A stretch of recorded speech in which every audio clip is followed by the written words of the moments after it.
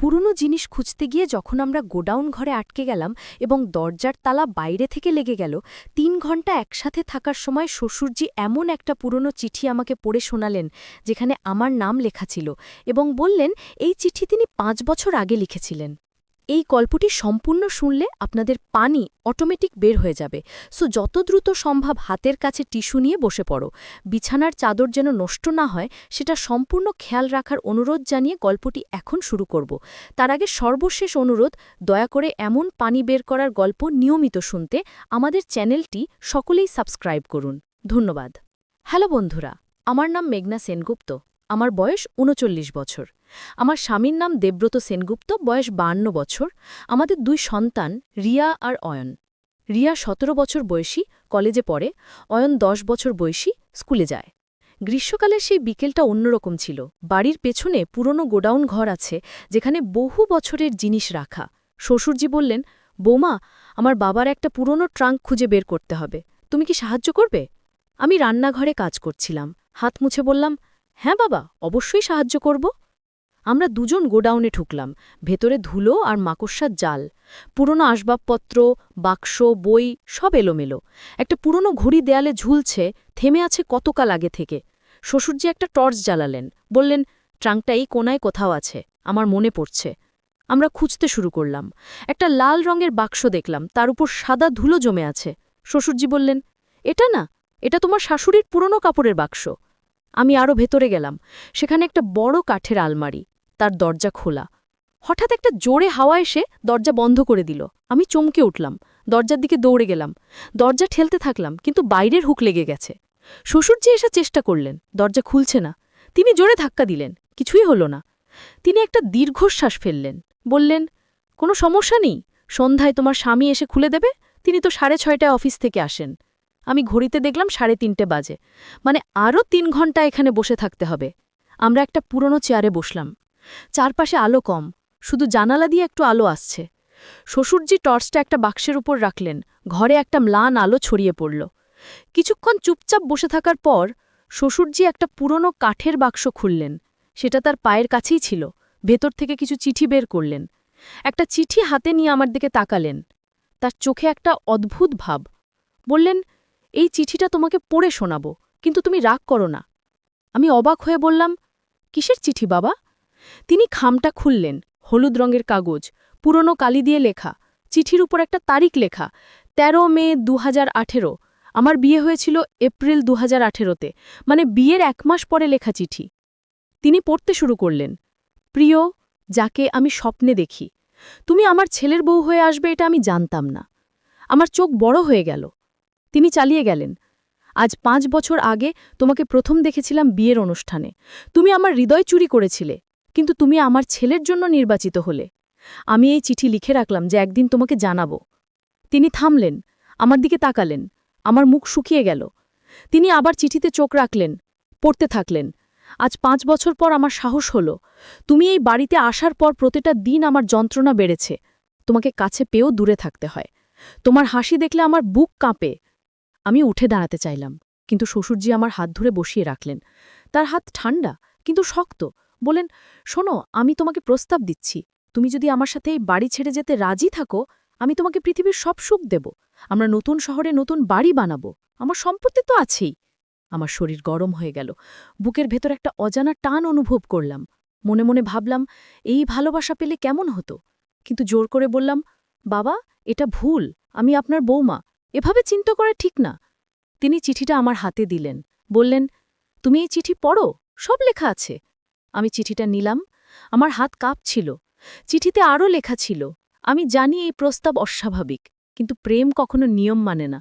আমি তোমার জন্য পাগল হয়ে গেছি। আমি চিঠিটা রেখে দিলাম। শ্বশুরজি আমার কাঁধে হাত রাখলেন, বলেন, তুমি এখনই উত্তর দাও না, ভেবে দেখো, আমি অপেক্ষা করব। আমি তার হাত সরিয়ে দিলাম। বললাম, বাবা, আমি দেবব্রতকে ভালোবাসি, আপনার ছেলেকে। আমি কখনো এমন কিছু ভাবতে পারবো না। তিনি হেসে ফেললেন, একটা অদ্ভুত হাসি। বললেন, দেবব্রত তোমাকে কতটা ভালোবাসে জানো? সে রাত ৯টার পর বাড়ি ফেরে, সপ্তাহান্তে বন্ধুদের সাথে বেরিয়ে পড়ে। তোমার প্রতি তার কোনো সময় নেই। আমি মাথা নিচু করলাম। এটা সত্যি। দেব্রত অফিসের কাজে খুব ব্যস্ত থাকে, বাড়িতে এলে খেয়ে ঘুমিয়ে পড়ে, আমার সাথে কথা বলার সময় নেই। শ্বশুরজি এই দুর্বলতাটা ধরে ফেললেন।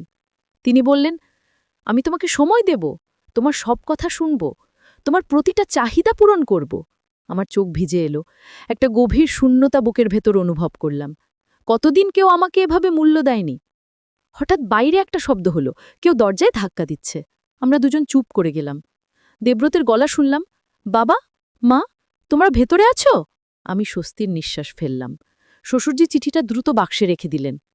দেব্রত দরজা খুলে দিল, আমরা বেরিয়ে এলাম। তিনি জিজ্ঞেস করলেন, তোমরা এত সময় ভেতরে কি করছিলে? শ্বশুরজি বললেন, ট্রাঙ্ক খুঁজছিলাম, কিন্তু পাওয়া গেল না। আমি চুপ করে রইলাম। সেই রাতে ঘুম আসলো না। চিঠির কথা মনে পড়ছিল, শ্বশুরজির প্রস্তাব মনে পড়ছিল, একটা অদ্ভুত আবেগ মনে কাজ করছিল। আমি নিজেকে বোঝালাম এটা ভুল, কিন্তু মন কি শোনে? পরের দিন সকালে শ্বশুরজি আমার সাথে স্বাভাবিক আচরণ করলেন, যেন কিছুই হয়নি। কিন্তু তার চোখে একটা অপেক্ষার ভাব ছিল। আমি তার চোখে চোখ রাখতে পারছিলাম না। সপ্তাহ কাটল। আমি নিজেকে ব্যস্ত রাখার চেষ্টা করলাম, রান্না, পরিষ্কার, বাচ্চাদের দেখাশোনা। কিন্তু মনের একটা কোণে শ্বশুরজির কথা ঘুরপাক খাচ্ছিল। এক সন্ধ্যায় দেব্রত বলল, আমি আগামীকাল কলকাতা যাব, অফিসের একটা জরুরি মিটিং আছে, 2 দিন থাকব। আমার বুক ধক করে উঠল। 2 দিন মানে এই শ্বশুরজির সাথে একা থাকা। পরের দিন দেব্রত চলে গেল। রিয়া আর অয়ন স্কুলে, বাড়িতে শুধু আমি আর শ্বশুরজি। দুপুরে খাওয়ার পর শ্বশুরজি বললেন, বৌমা, আমাকে একটা কথা বলতে হবে, তুমি বসো। আমি বসলাম। তিনি আমার সামনে বসলেন, বললেন, আমি তোমার উত্তর চাই, তুমি কি আমার প্রস্তাবে রাজি? আমি মাথা নিচু করলাম, বললাম, বাবা, আমি এখনো ভাবছি, এটা একটা বড় সিদ্ধান্ত। তিনি আমার হাত ধরলেন, বললেন, আমি তোমাকে জোর করব না, কিন্তু জেনে রাখো, তুমি না বললে আমি তোমার সাথে থাকতে পারবো না, আমি এই বাড়ি ছেড়ে চলে যাব। আমার চোখে জল এলো। বললাম, বাবা, আপনি এমন বলবেন না, এটা আপনার বাড়ি। তিনি মাথা নাড়লেন, বললেন, এখন এই বাড়ি আমার কাছে জেল মনে হয়, তোমাকে দেখে আর কাছে পাই না, এটা সহ্য করা কঠিন। আমি হাত সরিয়ে নিলাম, বললাম, বাবা, আমার সময় লাগবে। তিনি দাঁড়িয়ে গেলেন, বললেন, ঠিক আছে, আমি অপেক্ষা করব, কিন্তু খুব বেশি দিন নয়। সেই রাতে আমি অনেক ভাবলাম, শ্বশুরজির কথা, দেব্রতের উদাসীনতা, আমার একাকিত্ব, সব মিলিয়ে একটা ঝড় মনে চলছিল। পরের দিন সকালে একটা ঘটনা ঘটল যা সবকিছু বদলে দিল। রিয়া স্কুল থেকে ফিরে এসে বলল, মা, আমার একটা খবর আছে, আমার ক্লাসে একটা নতুন ছেলে এসেছে, তার নাম অভিজিৎ, সে খুব ভালো। আমি হেসে বললাম, ভালো মানে? রিয়ার মুখ লাল হয়ে গেল, বলল, মানে সে পড়াশোনায় ভালো, আর তার সাথে কথা বলতে ভালো লাগে। আমি বুঝলাম রিয়ার প্রথম ক্রাশ হয়েছে। সন্ধ্যায় শ্বশুরজি রিয়াকে বললেন, তোমার এই অভিজিৎকে বাড়ি নিয়ে এসো একদিন। রিয়া লজ্জা পেয়ে গেল, বলল, দাদু, সে শুধু বন্ধু। শ্বশুরজি হাসলেন, বললেন, বন্ধুই তো, তাই বাড়ি ডাকো। এই ঘটনা আমাকে চিন্তায় ফেলে দিল। রিয়া বড় হয়ে যাচ্ছে, তার জীবনে নতুন অধ্যায় শুরু হচ্ছে। আমি যদি শ্বশুরজির সাথে চলে যাই, তাহলে রিয়ার কি হবে, অয়নের কি হবে? সেই রাতে দেব্রত ফিরে এলো। সে খুব ক্লান্ত দেখাচ্ছিল, খেয়ে শুয়ে পড়ল। আমি পাশে বসলাম, বললাম, তুমি কি আমাকে ভালোবাসো? সে ঘুমের ঘরে বলল, হ্যাঁ, এখন ঘুমাতে দাও। আমার মন খারাপ হয়ে গেল। এটাই তো আমার জীবন, একটা যান্ত্রিক জীবন যেখানে ভালোবাসা নেই, যত্ন নেই। পরের দিন শ্বশুরজি আমাকে বললেন, বৌমা, আমাকে জমির রেজিস্ট্রেশন অফিসে যেতে হবে, তুমি সাথে আসবে? আমি জিজ্ঞেস করলাম, আমার কেন লাগবে? তিনি বললেন, তোমার স্বাক্ষর লাগবে, চলো। আমি হাসলাম, বললাম, হ্যাঁ, 10 বছর, কত তাড়াতাড়ি সময় চলে গেল। শ্বশুরজি এসে বললেন, শ্রেয়সী, তুমি তৈরি হও, বিকেলে আমরা সবাই মিলে একটা রেস্তোরাঁয় যাব। আমি মাথা নাড়লাম, কিন্তু ভেতরে ভেতরে ভয় লাগছিল, তিনি আবার কিছু করবেন না তো। বিকেলে সবাই তৈরি হল। আমরা একটা বড় রেস্তোরাঁয় গেলাম। সেখানে সৌমিত্রের অনেক বন্ধু, আত্মীয় স্বজন এসেছে। সবাই আমাদের শুভেচ্ছা জানাল। খাবার পর সৌমিত্র একটা কেক কাটল, সবাই গান গাইল। রোহন একটা গিটার বাজিয়ে গান গাইল। তিয়াস একটা কবিতা পড়ল। সবাই খুশি। কিন্তু আমি লক্ষ্য করলাম, শ্বশুরজি সারাক্ষণ আমার দিকে তাকিয়ে আছেন, তার চোখে সেই অদ্ভুত দৃষ্টি। আমি অস্বস্তি বোধ করছিলাম। রাতে বাসায় ফিরলাম, সবাই ক্লান্ত। শাশুড়ি শুয়ে পড়লেন, রোহন আর তিয়াসা ঘুমিয়ে গেল। সৌমিত্র বলল, তুমি একটু বিশ্রাম নাও, আমি একটু অফিসের কাজ শেষ করি। আমি রুমে গেলাম। হঠাৎ দেখি শ্বশুরজি আবার দরজায়। তিনি ভেতরে এসে দরজা বন্ধ করে দিলেন। আমি ভয়ে বললাম, বাবা, কি হয়েছে, কেন এসেছেন? তিনি কাছে এসে বললেন, আমি তোমার সাথে কথা বলতে চাই। আমি বললাম, এখন না বাবা, এত রাতে, সৌমিত্র আসবে। তিনি হাসলেন, বললেন, সৌমিত্র ব্যস্ত, সে আসবে না এখনই, আমি জানি। তিনি আমার হাত ধরলেন, বললেন, শ্রেয়সী, আমি তোমাকে চাই। তুমি রিমির মতো। আমি রিমিকে পাইনি, কিন্তু তোমাকে পাব। আমি হাত ছাড়াতে চেষ্টা করলাম, কিন্তু তার হাত খুব শক্ত। তিনি আমাকে কাছে টেনে নিলেন, বললেন, আমার কথা শোনো, আমি তোমাকে সব দেব, তুমি শুধু আমার কথা মানো। আমি চিৎকার করতে গেলাম, কিন্তু তিনি আমার মুখ চেপে ধরলেন। ঠিক সেই মুহূর্তে দরজা খুলে গেল। সৌমিত্র দাঁড়িয়ে, তার মুখ লাল, চোখ রাগে জ্বলছে। সে চিৎকার করে বলল, বাবা, আপনি কি করছেন? শ্বশুরজি হাত ছেড়ে দিলেন, পিছিয়ে গেলেন, বললেন, বাবা, আমি। সৌমিত্র বলল, আমি সব দেখেছি, আপনি শ্রেয়সীকে জোর করছিলেন। শ্বশুরজি মাথা নিচু করলেন, কিচ্ছু বললেন না। সৌমিত্র আমার দিকে তাকিয়ে বলল, শ্রেয়সী, তুমি ঠিক আছো? আমি মাথা নাড়লাম, চোখ দিয়ে জল পড়ছিল। সৌমিত্র আমাকে জড়িয়ে ধরল, বলল, ভয় নেই, আমি আছি। শ্বশুরজি চলে গেলেন। পরদিন সকালে দেখি তিনি বাসা ছেড়ে চলে গেছেন। একটা চিঠি রেখে গেছেন। চিঠিতে লেখা, আমি ভুল করেছি, আমি রিমিকে কখনো ভুলতে পারিনি। শ্রেয়সীকে দেখে আমার পুরনো স্মৃতি জেগে উঠেছিল। আমি নিয়ন্ত্রণ হারিয়ে ফেলেছিলাম। আমি দুঃখিত। আমি চলে যাচ্ছি, তোমাদের জীবনে আর বিঘ্ন ঘটাব না। সৌমিত্র চিঠিটা পড়ে কাঁদল, বলল, বাবা এত কষ্ট পেয়েছিলেন আমি জানতাম না। আমি বললাম, কিন্তু তার কষ্ট আমার দোষ না, আমি তো রিমি নই। সৌমিত্র বলল, জানি, তুমি শ্রেয়সী, আমার স্ত্রী, আমার ভালোবাসা। কিন্তু ঘটনা এখানেই শেষ হল না। একদিন দুপুরে হঠাৎ দরজায় কড়া নাড়ার শব্দ। আমি দরজা খুলে দেখি একজন মহিলা, বয়স প্রায় ৬০ হবে। তিনি জিজ্ঞেস করলেন, আপনি শ্রেয়সী? আমি বললাম, হ্যাঁ, আপনি কে? তিনি বললেন, আমি রিমি, আমাকে একটু ভেতরে যেতে দেবেন? আমার মাথা ঘুরে গেল। রিমি? সেই রিমি, শ্বশুরজির প্রথম প্রেম? আমি তাকে ভেতরে নিয়ে গেলাম, বসতে দিলাম। তিনি বললেন, আমি শুনেছি আপনাকে নিয়ে বিমল অনেক সমস্যা করেছে। বিমল মানে আপনার শ্বশুর। আমি মাথা নাড়লাম, বললাম, হ্যাঁ, তিনি বলেছিলেন আমি আপনার মতো দেখতে।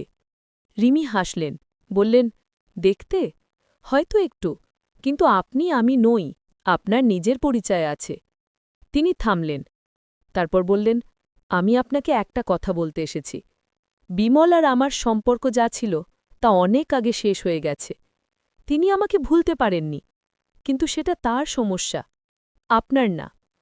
আমি বললাম, কিন্তু তিনি আমাকে।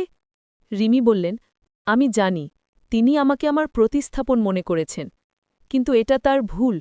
আপনি একজন স্বতন্ত্র মানুষ। আমি জিজ্ঞেস করলাম, আপনি তাকে কেন প্রত্যাখ্যান করেছিলেন? রিমি দীর্ঘশ্বাস ফেললেন, বললেন, সেটা একটা দীর্ঘ গল্প। বিমল আর আমি কলেজে পড়তাম।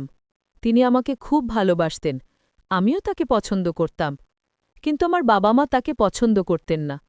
তারা বলতেন বিমলের পরিবার দরিদ্র, আমাদের স্ট্যাটাস মিলবে না। তিনি থামলেন, চোখ মুছলেন, বললেন, আমি চাপে পড়ে অন্য একজনকে বিয়ে করেছিলাম। বিমল ভেঙে পড়েছিলেন। তিনি আমাকে অনেক চিঠি লিখেছিলেন, ফোন করেছিলেন, কিন্তু আমি তার সাথে কথা বলিনি। আমার বিয়ে হয়ে গিয়েছিল। আমি বললাম, তারপর? তারপর আমার স্বামী মারা গেলেন। আমার একটা মেয়ে হয়েছিল। আমি বিধবা হয়ে গেলাম। বিমল তখন আমার কাছে এসেছিলেন, বলেছিলেন আমি তাকে বিয়ে করি, কিন্তু আমি রাজি হইনি। আমি চাইনি তিনি একজন বিধবাকে বিয়ে করে সমাজে লাঞ্ছিত হন। আমি অবাক হয়ে বললাম, আপনি তার ভালোর জন্যই তাকে না করেছিলেন? রিমি মাথা নাড়লেন, বললেন, হ্যাঁ, কিন্তু বিমল সেটা বুঝতে পারেননি। তিনি ভেবেছিলেন আমি তাকে ভালোবাসি না, তাই সে সারা জীবন আমার স্মৃতি নিয়ে বেঁচেছিলেন, আমার মতো কাউকে খুঁজতে থাকেন। আমি বললাম, কিন্তু আপনি এখন কেন এসেছেন? রিমি বললেন, আমি শুনেছি তিনি বাসা ছেড়ে চলে গেছেন। আমি তাকে খুঁজে বের করতে চাই, তার সাথে কথা বলতে চাই, তাকে বোঝাতে চাই যে অতীত অতীতেই থাক, তিনি নতুন করে জীবন শুরু করুন। আমি বললাম, আমি তার ঠিকানা জানি না, তিনি কোথায় গেছেন তাও আমরা জানি না। রিমি বললেন, আমি খুঁজে বের করব। আপনাকে ধন্যবাদ। তিনি চলে গেলেন। আমি ভাবলাম, কি অদ্ভুত গল্প। শ্বশুরজি সারা জীবন একটা মানুষের পেছনে ছুটেছেন, কিন্তু সেই মানুষটাকে ভালোবেসেই দূরে ঠেলে দিয়েছিলেন। কয়েকদিন পর শাশুড়ি আমাকে ডেকে বললেন, শ্রেয়সী, আমি তোমার সাথে কিছু কথা বলতে চাই। আমি বললাম, বলুন মা। তিনি বললেন, আমি জানি বিমল তোমার সাথে খারাপ আচরণ করেছে। আমি তাকে ক্ষমা করতে পারছি না, কিন্তু আমি তোমাকে একটা কথা বলতে চাই। আমি বললাম, কি মা? তিনি বললেন, বিমল সবসময় রিমির স্মৃতিতে বেঁচে ছিল। তিনি আমাকে ঠিকমতো ভালোবাসতেও পারেননি। আমি সারা জীবন একা বোধ করেছি, কিন্তু আমি কখনো কাউকে বলিনি। আমি চুপ করে সহ্য করেছি। আমার মন খারাপ হয়ে গেল। বললাম, মা, আপনি এত কষ্ট পেয়েছেন? তিনি মাথা নাড়লেন, বললেন, হ্যাঁ, কিন্তু আমার কিছু করার ছিল না। আমি বিমলকে ভালোবাসতাম, কিন্তু তিনি আমাকে কখনো ঠিকমতো ভালোবাসেননি। তার হৃদয়ে সবসময় রিমি ছিল। আমি তাকে জড়িয়ে ধরলাম, বললাম, মা, আপনি একা নন, আমরা সবাই আপনার সাথে আছি। তিনি হাসলেন, বললেন, জানি মা, তুমি খুব ভালো মেয়ে, সৌমিত্র ভাগ্যবান তোমাকে পেয়ে। কিন্তু ঠিক সেই রাতে আরও বড় একটা ধাক্কা এলো। রোহন আমার কাছে এসে বলল, মা, আমি একটা ব্যাপার জেনেছি। তুমি কি জানো দাদু কোথায় গেছেন? আমি বললাম, না, কেউ জানে না। রোহন বলল, আমি খুঁজে বের করেছি, দাদু একটা মানসিক হাসপাতালে ভর্তি হয়েছেন। আমি চমকে গেলাম, কি, মানসিক হাসপাতালে? রোহন বলল, হ্যাঁ, তিনি নিজে গিয়ে ভর্তি হয়েছেন। ডাক্তারদের বলেছেন তিনি মানসিক অসুস্থ, তিনি চিকিৎসা নিতে চান। সৌমিত্র শুনে কাঁদতে লাগল, বলল, বাবা এত কষ্টে ছিলেন, আমি কিছুই বুঝতে পারিনি। আমার মাথায় হাজারো প্রশ্ন ঘুরছিল। আমি বললাম, কিন্তু দেবব্রত, সে জানলে কি হবে? তিনি বললেন, দেবব্রত জানবে আমার মৃত্যুর পর, তখন আর কিছু করার থাকবে না। আর আমি একটা চিঠি লিখে রেখেছি, সেখানে সব ব্যাখ্যা করেছি। তিনি গাড়ি স্টার্ট দিলেন, বললেন, এখন বাড়ি চলো। আর একটা কথা, এই কথা কাউকে বলো না, এমনকি দেবব্রতকেও না। আমি চাই আমার শেষ দিনগুলো স্বাভাবিকভাবে কাটুক। আমি চুপচাপ বসে রইলাম। পুরো পথ কোনো কথা বললাম না। বাড়ি ফিরে আমি সোজা শোবার ঘরে চলে গেলাম। বিছানায় শুয়ে অনেক কাঁদলাম। পরের দিন থেকে আমি শ্বশুরজির দিকে অন্যভাবে তাকাতে শুরু করলাম। তিনি মরে যাচ্ছেন, আর ৬ মাস, এই চিন্তা আমাকে ভেঙে দিচ্ছিল। আমি তার প্রতি আরও যত্নশীল হয়ে উঠলাম। একদিন রিয়া জিজ্ঞেস করল, মা, দাদুকে অসুস্থ লাগছে, তুমি ডাক্তার দেখাচ্ছ? আমি বললাম, হ্যাঁ, দেখাচ্ছি, তুমি চিন্তা করো না। কিন্তু মনে মনে ভাবলাম, রিয়া কি টের পেয়েছে? সেই সপ্তাহে আরেকটা অদ্ভুত ঘটনা ঘটল। দেবব্রত অফিস থেকে ফিরে খুব রাগ করছিল। সে বলল, বাবা, আপনি কি করেছেন? আমি আজ ব্যাংক থেকে খবর পেলাম আপনি মেঘনাকে নমিনি করেছেন। কেন? শ্বশুরজি শান্ত গলায় বললেন, আমার ইচ্ছা, আমি যাকে চাই নমিনি করতে পারি। দেবব্রত বলল, কিন্তু আমি তো আছি, আমি আপনার ছেলে। শ্বশুরজি বললেন, তুমি আছো, কিন্তু মেঘনা বৌমা, সে তোমার স্ত্রী, একই কথা। দেবব্রত রেগে গেল, বলল, না, এটা ঠিক না, আপনি কি পাগল হয়ে গেছেন? শ্বশুরজি উঠে দাঁড়ালেন, তার চোখে রাগ, বললেন, দেবব্রত, সীমা মেনে কথা বলো। আমি পাগল হইনি, আমি জানি আমি কি করছি। দেবব্রত আমার দিকে তাকালো, বলল, তুমি কি এসব জানতে? আমি মাথা নিচু করলাম, বললাম, হ্যাঁ, কিন্তু আমি কিছু করিনি, বাবা নিজে থেকে করেছেন। দেবব্রত বলল, তুমি তো খুশিই হয়েছ, সম্পত্তি পাচ্ছ। আমার রাগ হল, বললাম, তুমি কি বলছো? আমি কখনো সম্পত্তির জন্য কিছু চাইনি, বাবা যা করেছেন নিজের ইচ্ছায় করেছেন। দেবব্রত বলল, আমি এসব বিশ্বাস করি না, তুমি নিশ্চয়ই বাবাকে প্ররোচিত করেছ। শ্বশুরজি চিৎকার করে বললেন, থামো, মেঘনা কিছু করেনি, আমি নিজে ঠিক করেছি। তুমি যদি এই বাড়িতে থাকতে চাও তাহলে চুপ করে থাকো। দেবব্রত আর কিছু বলল না, কিন্তু তার চোখে রাগের আগুন। সেই রাতে দেবব্রত আমার সাথে কথা বলল না, সে অন্য ঘরে ঘুমল। আমি একা শুয়ে অনেক ভাবলাম, এই পরিবার কি ভেঙে যাচ্ছে? পরের কয়েক সপ্তাহ খুব কঠিন ছিল। দেবব্রত আমার সাথে ঠান্ডা ব্যবহার করত। রিয়া আর অয়ন টের পেয়ে গেল কিছু একটা সমস্যা হয়েছে। তারা চুপচাপ থাকত। শ্বশুরজির স্বাস্থ্য আরও খারাপ হতে শুরু করল। তিনি দুর্বল হয়ে পড়ছিলেন। একদিন তিনি আমাকে ডাকলেন, বললেন, বৌমা, আমার সময় ফুরিয়ে আসছে। আমি তোমাকে শেষ একটা কথা বলতে চাই। আমি তার পাশে বসলাম। তিনি আমার হাত ধরলেন, বললেন, বিশ্বাস করো, আমি জানি আমার এই পরিকল্পনা তোমাকে কষ্ট দিয়েছে, কিন্তু বিশ্বাস করো, আমি তোমার ভালোর জন্যই করেছি। তুমি এই পরিবারের সবচেয়ে গুরুত্বপূর্ণ মানুষ। তোমাকে রক্ষা করা আমার দায়িত্ব ছিল। আমি কাঁদতে শুরু করলাম। বললাম, বাবা, আপনি আরও কিছুদিন থাকুন। আমরা আপনাকে ছাড়া পারব না। তিনি মাথা নাড়লেন, বললেন, মৃত্যু কারোর জন্য অপেক্ষা করে না। কিন্তু তুমি শব্দ থাকবে, তুমি এই পরিবারকে সামলাবে। তিনি একটা খাম আমার হাতে দিলেন, বললেন, এই চিঠি আমার মৃত্যুর পর খুলবে। এতে সব লেখা আছে। দেবব্রত কি দেখাবে। আমি খামটা নিলাম। সেই রাতে শ্বশুরজির খুব খারাপ লাগল। আমরা তাকে হাসপাতালে নিয়ে গেলাম। ডাক্তার বললেন, আর কিছু করার নেই। তাকে বাড়িতে নিয়ে যান, পরিবারের সাথে শেষ সময় কাটাতে দিন। আমরা তাকে বাড়ি নিয়ে এলাম। পরের ৩ দিন তিনি বিছানায় শুয়ে রইলেন। আমি তার পাশে বসে থাকতাম। তিনি মাঝে মাঝে কথা বলতেন, স্মৃতিচারণ করতেন। চতুর্থ দিন ভোরে তিনি শেষ নিঃশ্বাস ত্যাগ করলেন। পুরো বাড়ি কান্নায় ভেঙে পড়ল। রিয়া আর অয়ন খুব কাঁদল। দেবব্রতও কাঁদল। আমি চুপচাপ বসে রইলাম। আমার চোখে জল ছিল, কিন্তু শব্দ ছিল না। শ্রাদ্ধের পর আমি চিঠিটা খুললাম। সেখানে লেখা ছিল, প্রিয় দেবব্রত, আমি এই চিঠি লিখছি তোমাকে সব ব্যাখ্যা করার জন্য। আমি মেঘনার নামে সম্পত্তি করে দিয়েছি, কারণ সে এই পরিবারের সবচেয়ে যোগ্য।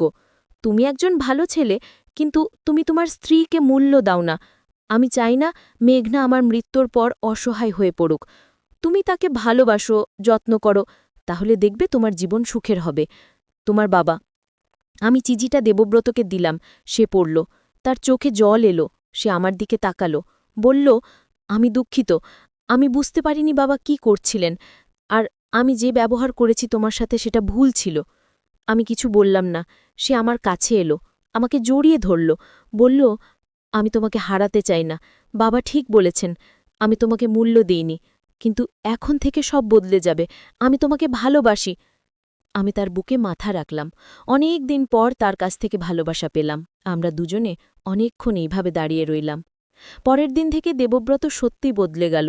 সে অফিস থেকে তাড়াতাড়ি ফিরতে শুরু করল, আমার সাথে সময় কাটাত, বাচ্চাদের সাথে খেলত। পুরো পরিবার আবার একসাথে হলো। একদিন সন্ধ্যায় আমরা সবাই বসে আছি।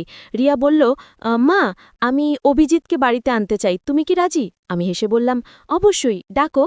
রিয়া খুশি হয়ে গেল। সে বলল, সত্যি মা, তুমি রাগ করবে না? আমি তার মাথায় হাত বুলিয়ে দিলাম। বললাম, না রে, রাগ করব কেন? তুই বড় হয়ে যাচ্ছিস, তোর নিজের জীবন আছে। অয়ন বলল, মা, আমি কখন বড় হব? আমরা সবাই হেসে উঠলাম। দেবব্রত তাকে কোলে তুলে নিল, বলল, তুই এখনো ছোট, তোর বড় হতে আরও অনেক সময় আছে। সেই রাতে বিছানায় শুয়ে আমি অনেক ভাবলাম। শ্বশুরজির সেই পুরো পরিকল্পনা, সেই চিঠি, সেই প্রস্তাব, সব ছিল একটা নাটক। তিনি আমাকে পরখ করছিলেন, আর আমি পাশ করেছি। কিন্তু একটা প্রশ্ন আমাকে তাড়া করছিল, আমি কি সত্যি পাশ করেছি? আমি তো মনে মনে শ্বশুরজির প্রস্তাবে আকৃষ্ট হয়েছিলাম। আমি তো ভেবেছিলাম, যদি রাজি হই তাহলে কি হতো? এটা কি পাপ? পরের সপ্তাহে আরেকটা চমক অপেক্ষা করছিল। শ্বশুরজির উকিল বাড়িতে এলেন। তিনি একটা বড় খাম নিয়ে এসেছিলেন। বললেন, এটা আপনার শ্বশুরজি আপনার জন্য রেখে গেছেন। তিনি বলেছিলেন তার মৃত্যুর 2 সপ্তাহ পর দিতে। আমি খামটা খুললাম। ভিতরে একটা চিঠি আর কিছু কাগজপত্র। চিঠিতে লেখা ছিল, প্রিয় মেঘনা, যদি তুমি এই চিঠি পড়ছ, তাহলে আমি আর নেই। আমি তোমাকে শেষ একটা সত্য বলতে চাই। আমি তোমাকে সত্যি ভালোবাসতাম, কিন্তু সেই ভালোবাসা একজন বাবার মতো। আমি তোমার মেয়ের মতো। আমি তোমাকে রক্ষা করতে চেয়েছিলাম। সেই চিঠি, সেই প্রস্তাব, সব ছিল একটা নাটক।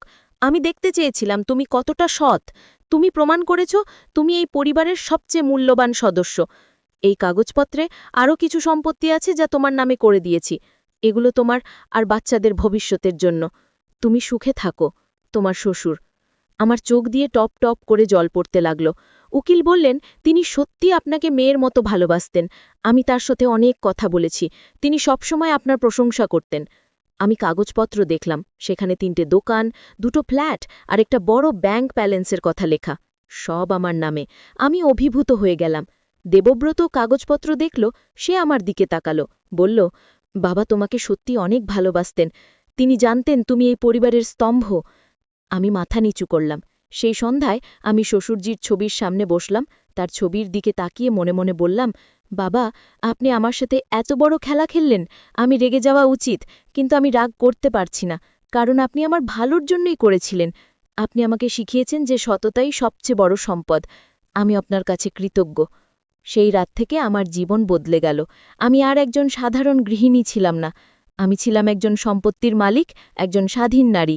কিন্তু আমি কখনো অহংকারী হইনি, আমি আগের মতোই পরিবারের সেবা করতাম। দেবব্রত আমাকে অনেক সম্মান করতে শুরু করল, সে বুঝতে পেরেছিল আমার মূল্য। রিয়া আর অয়ন আমাকে আরও বেশি ভালোবাসতে শুরু করল। কয়েক মাস পর রিয়া তার বন্ধু অভিজিৎকে বাড়িতে নিয়ে এলো। ছেলেটা খুব ভালো, ভদ্র, শিক্ষিত, আমরা সবাই তাকে পছন্দ করলাম। রিয়া খুশি হয়ে গেল,